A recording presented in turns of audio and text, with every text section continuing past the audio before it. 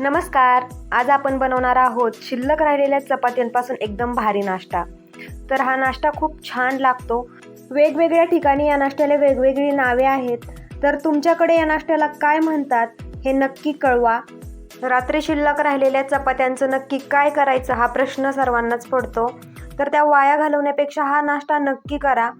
या 4 शिल्लक राहिलेल्या चपात्या घेतलेल्या आहेत. तर त्याच्या कडा कडक झालेल्या असतील तर अशा प्रकारे तुम्ही काढून घ्या. जर त्या सॉफ्ट असतील तर नाही काढल्या तरी चालतील. अशाच प्रकारे आपण सर्व चपात्यांच्या कडा काढून घेणार आहोत. हे पहा, आपण सर्व कडा काढून घेतलेले आहेत. आता आपण याचे चाकूने 4 भाग करून घेऊयात. एक एक भाग आपण रोल करून कट करून घेणार आहोत. अशा प्रकारे आपल्याला चपातीचा रोल करून घ्यायचा आहे आणि मग तो कट करून घ्यायचा आहे. तुम्हाला जर मोठे मोठे नूडल्स हवे असतील तर चपात्या कट न करता पूर्ण चपात्यांचा रोल बनवायचा आणि मग चाकूने या पद्धतीने कट करून घ्यायचं. अशाच प्रकारे आपण या सर्व चपात्या कट करून घेऊयात.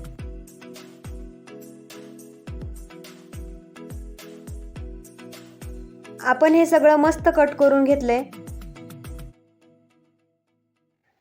चपात्या जर कडक झालेल्या असतील तर त्यावरती आपण थोडंसं पाणी शिंपडून घ्यायचे. थोडंच शिंपडायचे, जास्त नाही शिंपडायचे. त्यामुळे काय होईल, चपात्या नरम होतील. ही रेसिपी बनवण्यासाठी आपण काय काय घेतले ते पहा. ही थोडीशी कोथिंबीर घेतली आहे. 2 मध्यम आकाराचे कांदे घेतलेत. 1 टोमॅटो घेतलाय. त्यानंतर 2-3 हिरव्या मिरच्या घेतल्यात. कढीपत्त्याची 7-8 पाने घ्यायची आहेत. ही छोटी असल्यामुळे मी थोडीशी जास्त घेतलीत. आणि हे थोडेसे शेंगदाणे घेतलेत. आता आपण हे सगळे व्यवस्थित कट करून घेऊयात.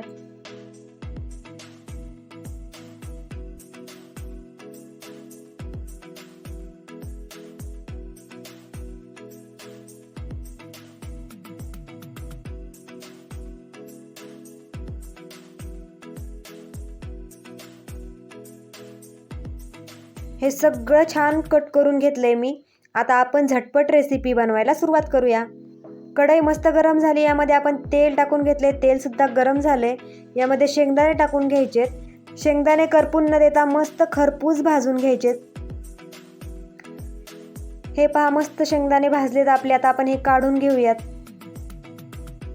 आता तेलामध्ये आपण टाकूया छोटा अर्धा चमचा मोहरी. मोहरी तडतडली की लगेच त्या पाठोपाठ आपण अर्धा छोटा चमचा जिरी टाकून घेऊयात. कढीपत्ता टाकून घेऊया. बारीक कापलेला कांदा टाकायचा आहे. कांदा छान परतून घ्यायचा आहे आपल्याला. यामध्ये आपण कट केलेली हिरवी मिरची टाकूया आणि कांद्याचा छान कलर बदलेपर्यंत आपण हा कांदा परतून घेऊया. हे पहा, आपण कांदा छान परतून घेतलेला आहे. अशा प्रकारे कांदा परतून घ्यायचा आहे. आता आपण यामध्ये कोथिंबीर टाकून घेऊया. कट केलेला टोमॅटो टाकायचा आहे.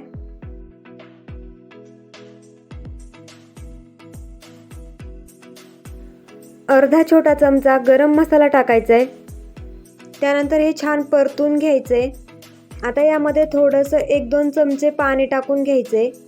जास्त नाही टाकायचं. मीठ सुद्धा थोडंसंच टाकायचं आहे, कारण चपातीला ऑलरेडी मीठ असतं, त्यामुळे थोडंच टाका. आता यावरती झाकण ठेवून आपण हे 1-2 मिनटं वाफवून घेऊया. आपण हे सगळं छान वाफवून घेतलेलं आहे. आता यामध्ये आपण हे कट केलेले चपाती टाकून घेऊया.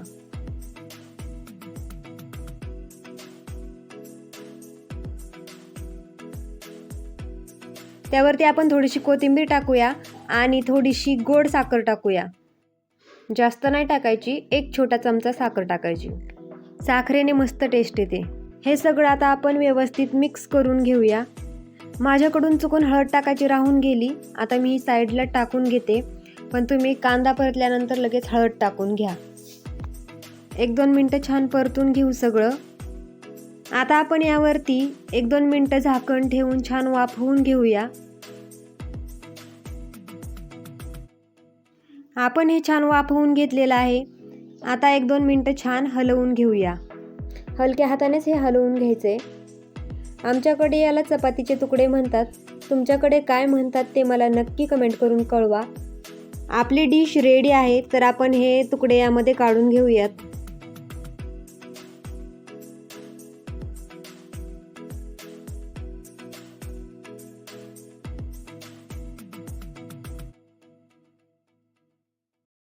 ही पहा आपली मस्त डिश रेडी आहे.